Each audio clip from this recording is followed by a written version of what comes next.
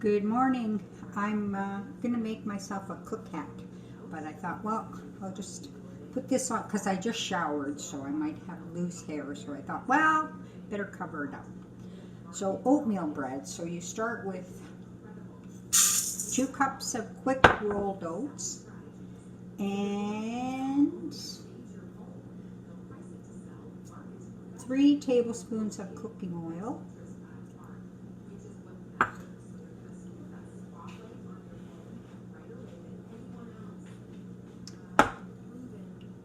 So you're supposed to put in 1.5 cups of dry milk.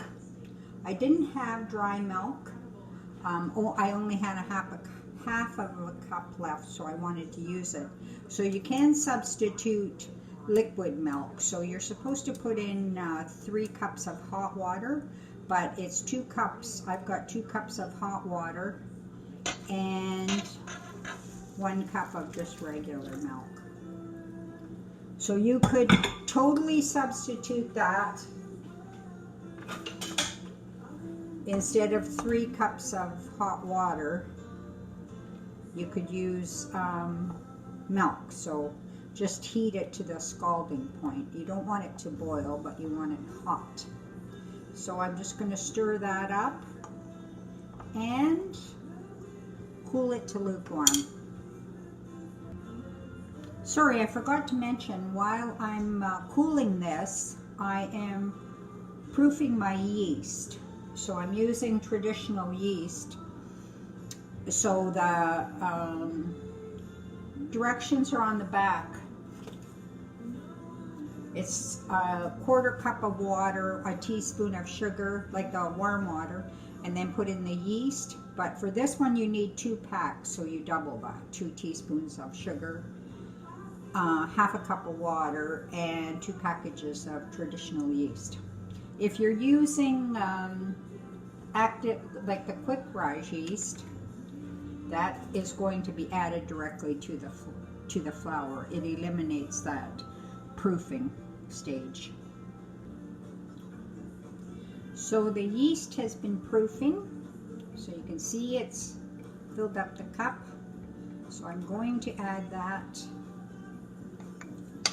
to the cooled milk oat mixture, along with 1/2 cup of molasses,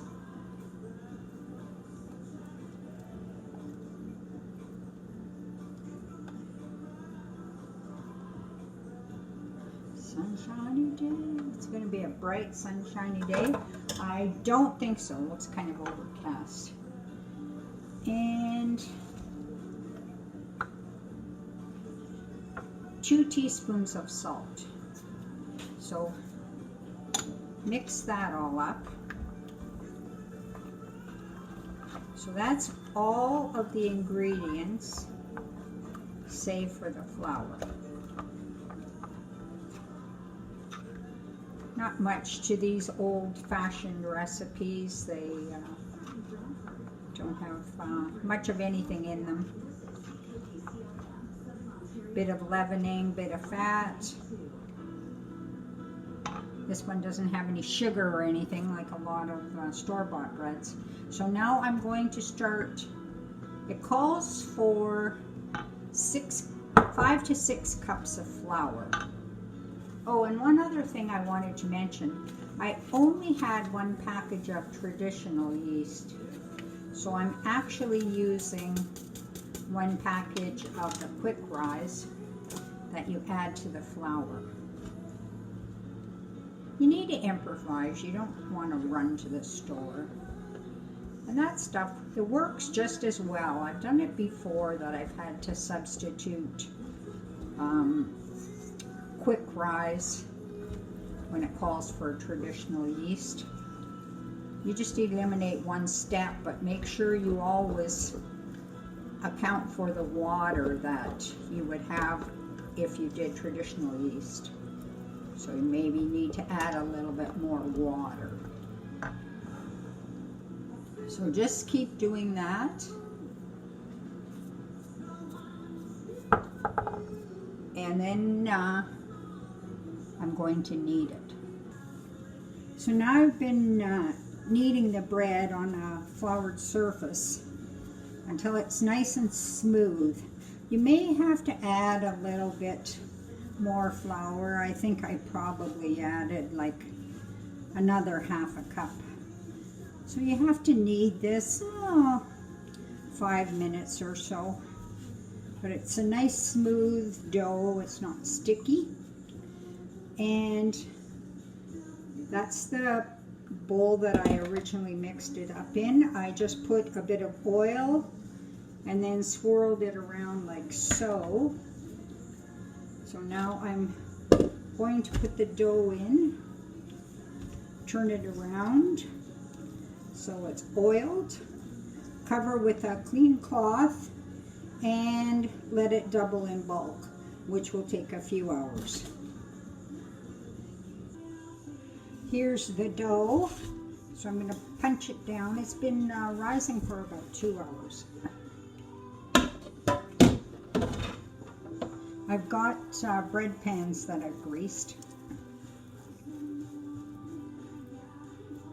So I think this will make 3 loaves. So divide it, kind of shape it like so, then put it into a loaf pan, and it's going to rise again until it's double in bulk. Probably a couple more hours. Here's loaves. They've been rising 2 hours. I made 4 as opposed to 3 because I wanted smaller loaves. 400 degrees for 15 minutes and then turn it down to 350 for 30 minutes. Here's my finished loaves. If I had to do it over again, I would only make 3. I would have wanted them a little thicker than this, so probably 3. If you want 2 nice thick ones, just do 2.